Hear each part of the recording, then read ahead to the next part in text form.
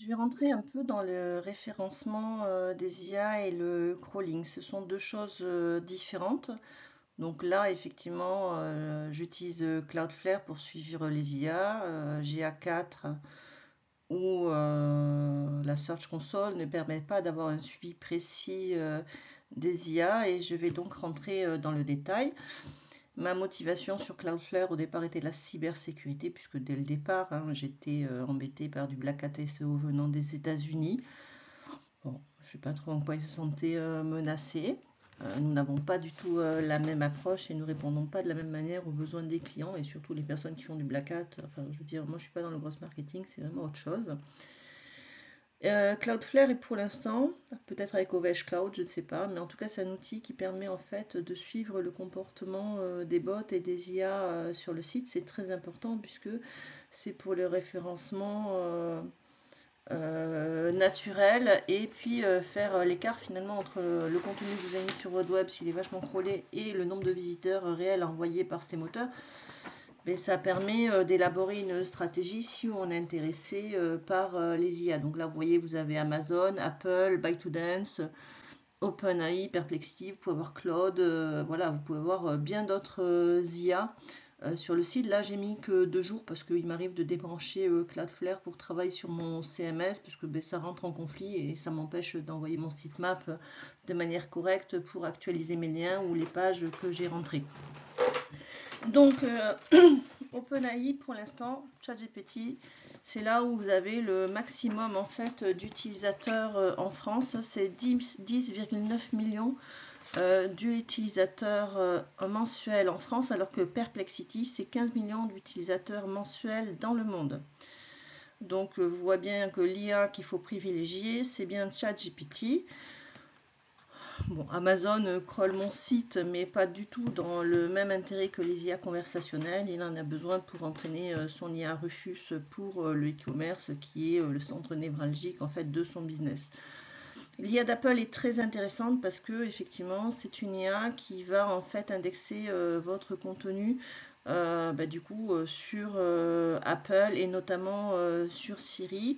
Et donc, quand vous êtes comme moi sur un marché avec des décisionnaires qui quand même sont souvent équipés d'iPhone ou d'Apple, c'est quand même intéressant d'être crawlé par cette IA. ByteDance va suggérer en fait du contenu à TikTok. Voilà, ça dépend quelle tranche d'âge vous touchez. Moi, effectivement, le public et l'âge de TikTok n'est pas mon public cible. Ça, c'était concernant les IA. Alors après, il y a une différence entre le fait d'être crawlé par une IA et le fait d'être systématiquement recommandé par une IA. Et c'est pour ça que je vais rentrer un peu plus dans les détails en comparant GA4 et effectivement les IA.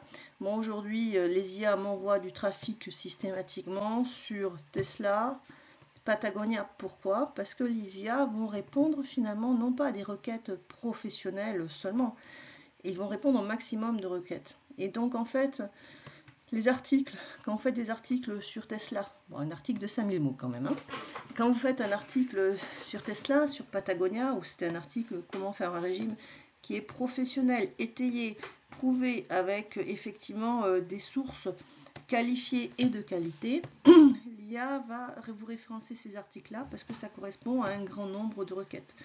Mais si vous faites par exemple comme moi des articles spécialisés sur l'inbound marketing dans le B2B et le B2J pour les industriels espagnols et d'Amérique latine, il ne va pas vous le référencer, il n'y a pas beaucoup de requêtes. Enfin, les gens qui recherchent ça, il y a très peu dans une entreprise.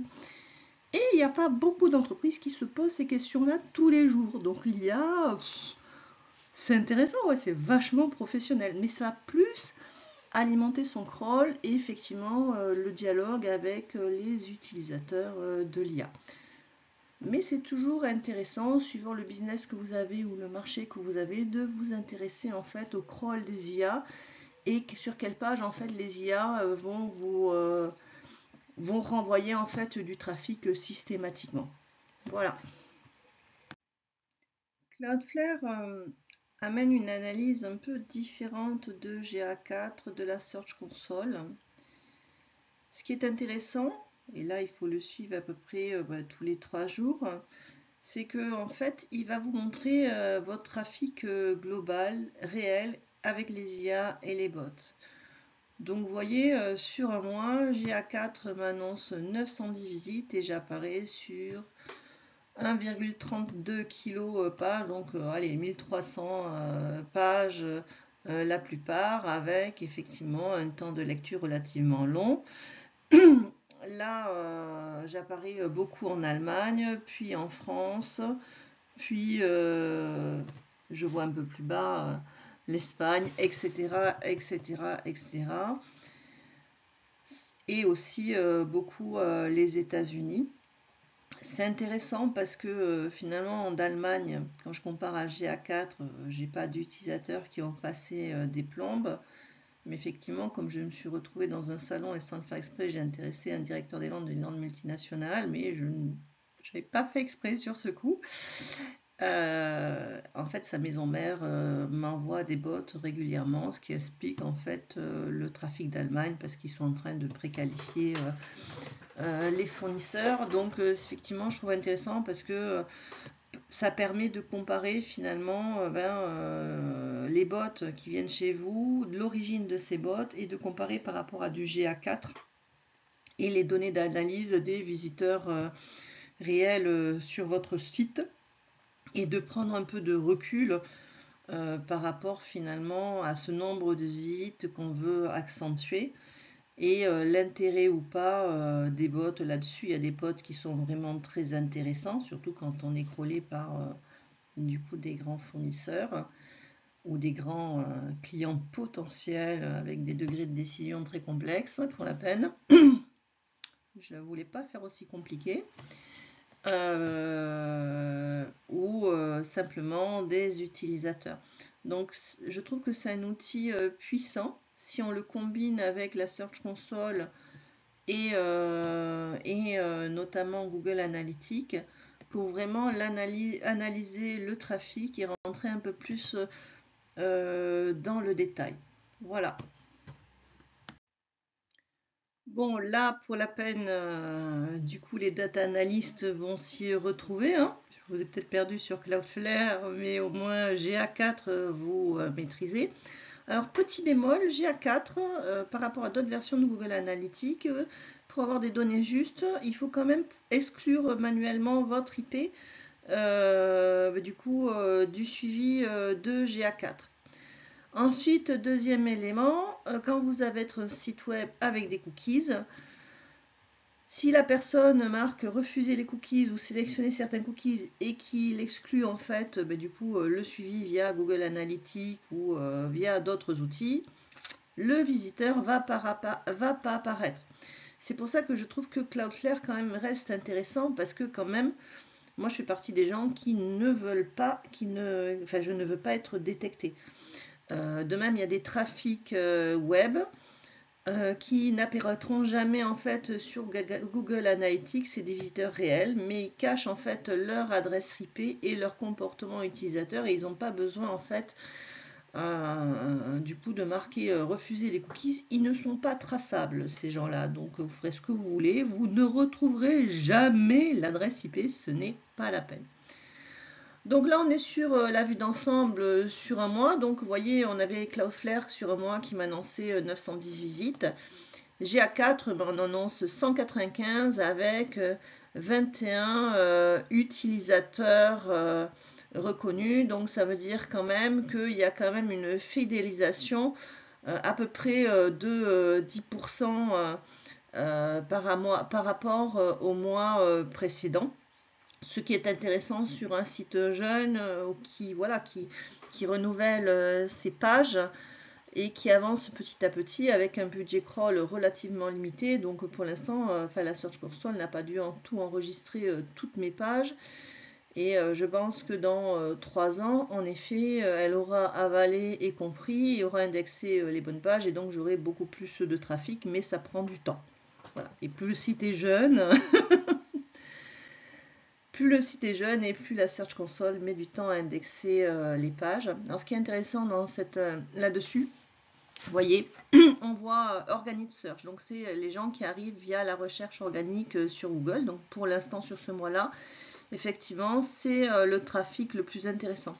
Il y en a qui viennent en direct parce qu'effectivement, je mène des actions de remarketing ou parfois de retargeting pour en fait, du coup, fidéliser les utilisateurs premiers du site et les faire explorer. Il y en a qui me connaissent aussi sur les réseaux sociaux, donc du coup, ils vont directement sur mon site web.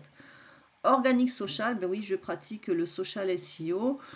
Donc effectivement, j'ai Facebook et parfois LinkedIn qui m'amènent un peu de trafic. Pour l'instant, LinkedIn, j'y vais voilà, doucement.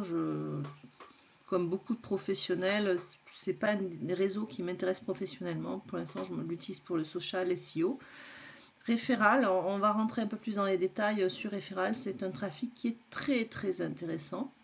Pet Search, oui, alors quand même, comme je vous vends quand même parfois du SEA, même si c'est pas ce que je préfère. J'ai essayé toutes les campagnes SEA sur mon métier, donc j'en connais les limites. Donc vous voyez, la Pet Search m'amène 6 visites, quand les autres m'emmènent plein, parce qu'effectivement c'est mon travail de fond SEO et de marketing de contenu qui m'envoie du trafic, ce qui est tout à fait cohérent pour une inboundeuse. Et après, du trafic où on n'arrive pas à reconnaître origine. Là, ce qui est intéressant, c'est que vous avez les villes. Alors, quelqu'un comme moi, forcément, c'est souvent les fonctions de siège et de management qui vont regarder. Donc là, effectivement, il y a du trafic, pas mal de trafic qui vient de Paris. Et après, d'autres villes, dont la ville que j'habite. Donc, je ne sais pas qui dans la ville où j'habite regarde mon site, mais c'est pas moi. Voilà. Ça c'était la vue d'ensemble en fait du coup de Google Analytics pour vraiment vous montrer la différence entre finalement le trafic qui est généré au global entre bots, IA et utilisateurs et ce qui va vous apparaître en fait sur Google Analytics. Et Google Analytics finalement on mise sur le SEO et le SEA. Et on va regarder en fait le ranking des pages, mais vous voyez qu'on peut générer du trafic même quand aujourd'hui on rank 16e en France. Mais parce que derrière, il y a du social SEO, il y a du marketing de contenu, et effectivement, j'ai une stratégie multicanal. Mais moi, je ne suis pas dépendante du paid search pour générer du trafic de mon site. Ça tombe bien, hein, parce que moi, je suis juste auto-entrepreneuse. Je finance ça avec mes économies. Voilà.